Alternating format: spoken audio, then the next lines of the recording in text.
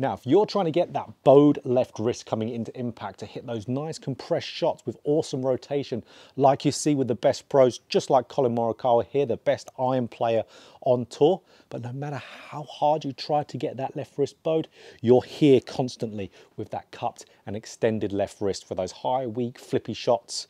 Again, we don't want that. And I'm going to show you here the trick that no one talks about to get that left wrist bowed. And it's a 3-step process.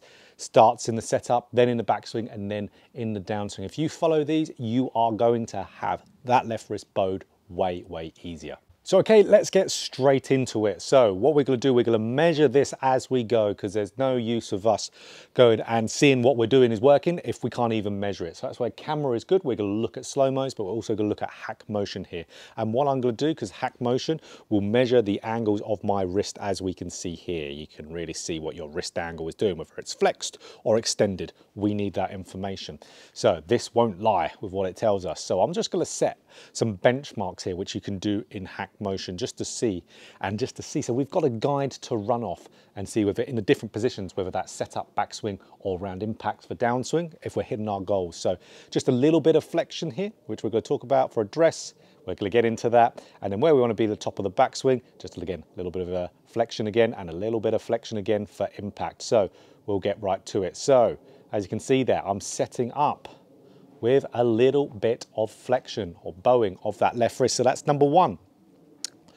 You need to have your setup in a good spot with that left wrist. I either want to see people with a flat left wrist at setup, or even more so if you really struggle to get it bowed, that slight amount of bow there. So I see people so often here with this extended left wrist there. So you can see there, 22, 24, 25 in extension. So having this cup here, and you can see, that is just from me being level with the golf ball or level with the club face. That is going to make it really difficult if my hands are level with club face or ball as I start to swing back to do anything other than cup. That's why I see pretty much all golfers who chronically cup left wrist start in that setup position like this. Again, looks right. It's textbook, isn't it? Having the hands on the golf ball or the hands on the club face. Not for if we want to get that left wrist nice and bowed. What I want to see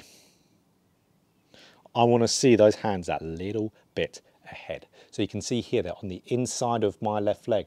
Look at there at setup already, 2 to 1 flexed. And all I've done is push those hands forward. That's it. They're on the inside of my left leg now, even more on the middle. Now that's where we see someone like Bryson DeChambeau when he sets up. He's got those high hands and push a little bit forward. Now, when those hands are higher, that gets you in technically what's called ulnar deviation, which is just hinging down the wrist.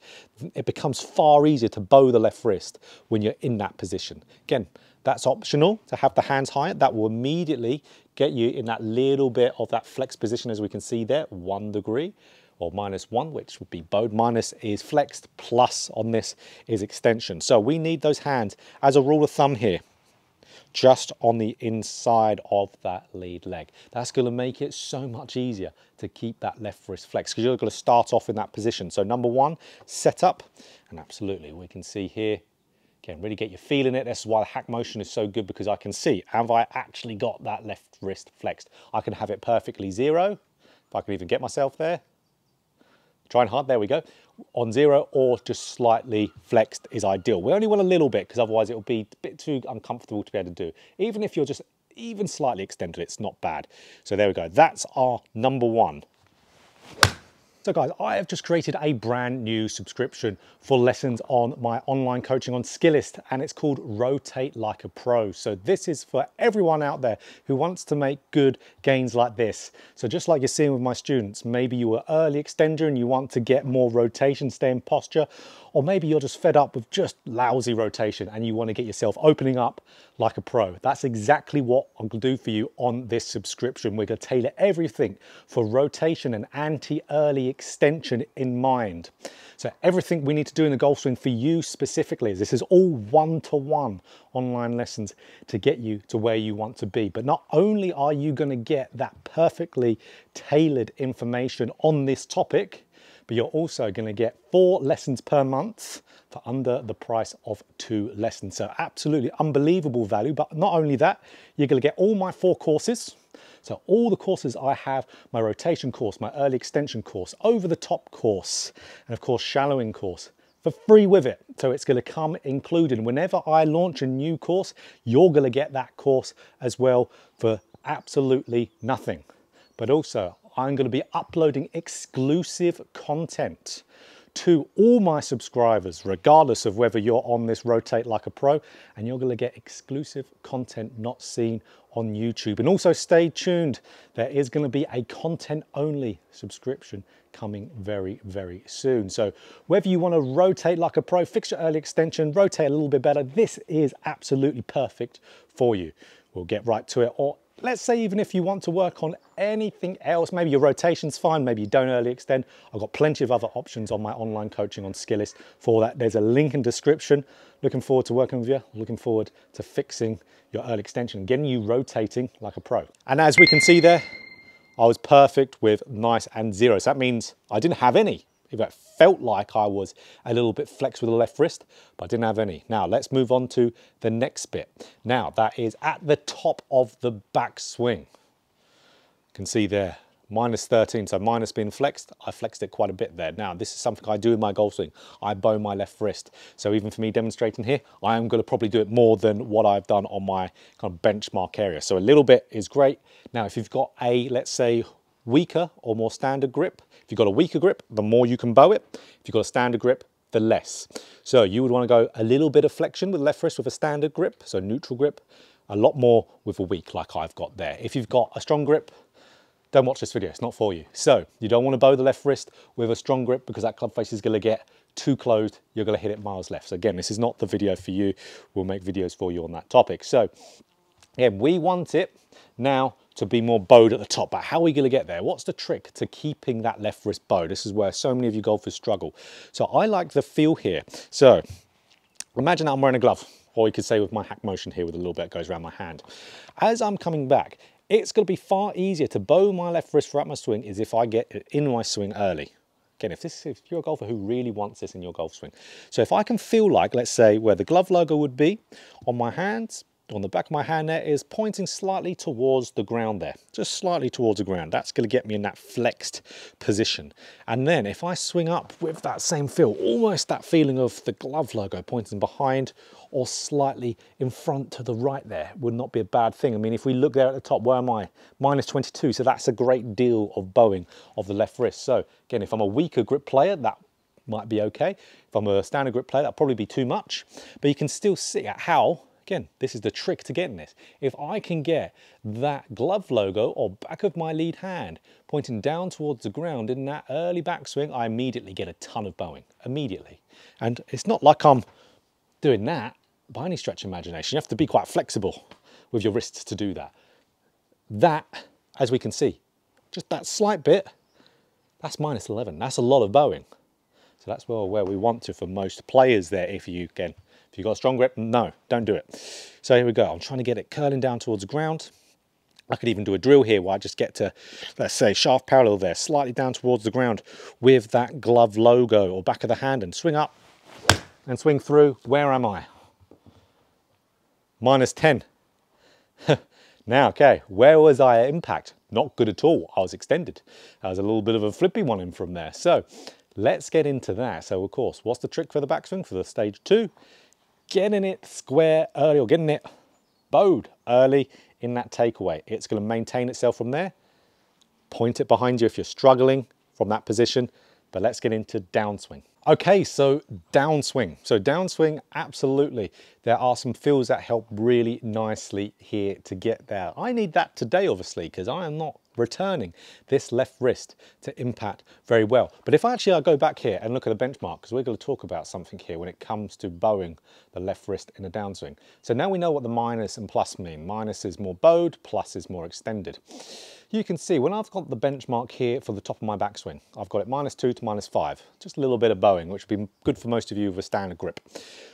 But I've got the exact same for impact, because actually in reality, even though you'll see quite a lot of players like the top iron player on tour, Colin Morikawa, he's unbelievable. You know, he hits a 5-iron closer than most tour players, top tour players hit their 8 irons. So one to learn from. Now, He has a good deal of bowing in the left wrist. I'd love to see him on a hack motion.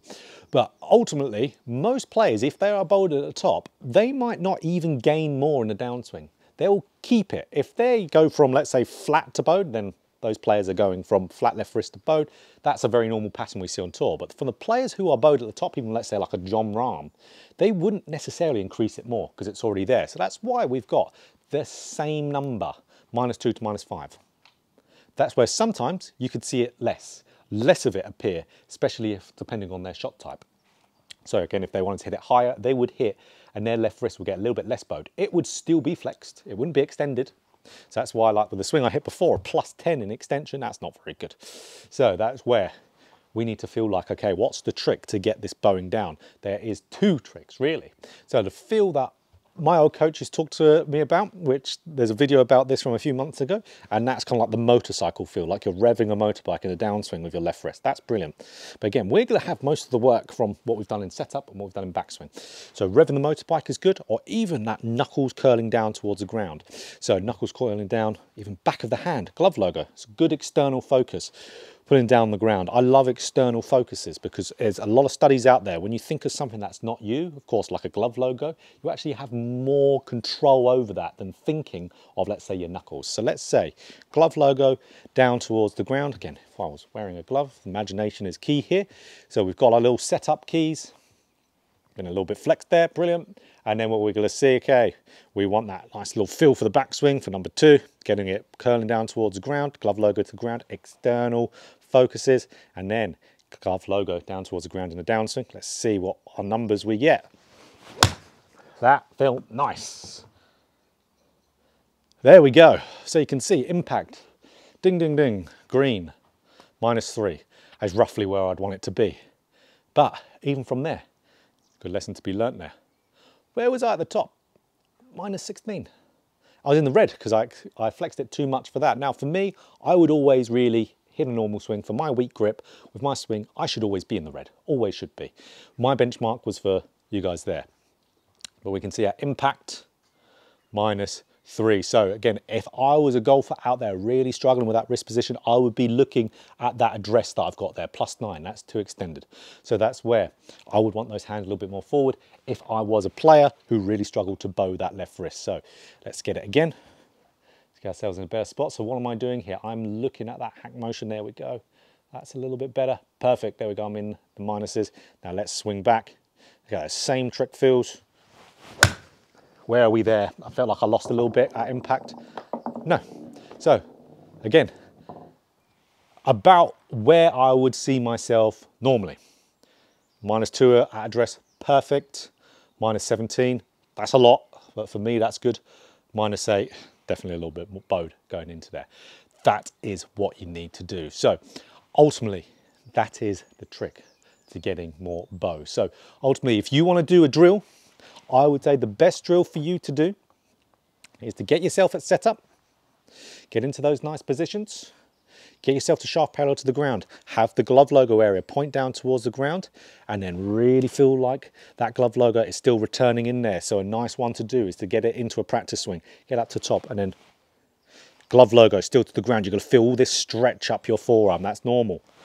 And then have a little swing through there. So you could almost do it as like a pump drill. 1, 2, and you could go down on the third one. Absolutely, let's have a good go there. Let's see what numbers it throws out. So again, let's get ourselves into the positions we want. Good. Again, there we go. Let's do it. So glove logo down, glove logo down. Oh, God, I feel like Colin there. Look at that. Wow. Now, if you wanted a drill that would get you doing it extreme, because of course we started it from the pump. That's why we're saying -45 at address, just because we were starting it from absolutely the takeaway type of position or shaft parallel to the ground. -33 at the top, again, extreme, -16 at impact. So you can see how generally effective that pump drill is.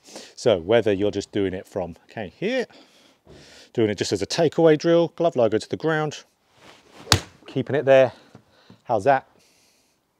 Again, for me, being everyone's individual, I got it at the top. I didn't even remotely get it going through the golf ball. So if I want one that's going to get me going through it everywhere, again, pump drill.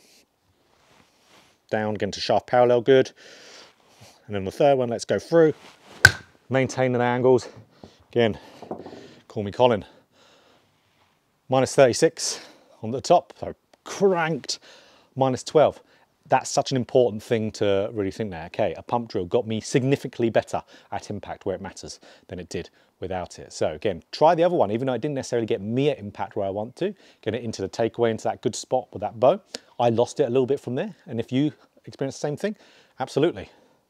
Go to that pump drill. It's the drill to do to get all these things in there. So you can see that is the trick to getting that left wrist more bowed. And what you're going to notice, that body's going to start turning more. It's going to start rotating to facilitate that angle, which is brilliant. It's a great rotation drill in general. So if you want one of these hack motion, there is a link in the description. Again, if you enjoyed that video, click that like button. If you want more golf instruction just like this, hit the subscribe button, hit a bell button too to be notified every time I put out a video.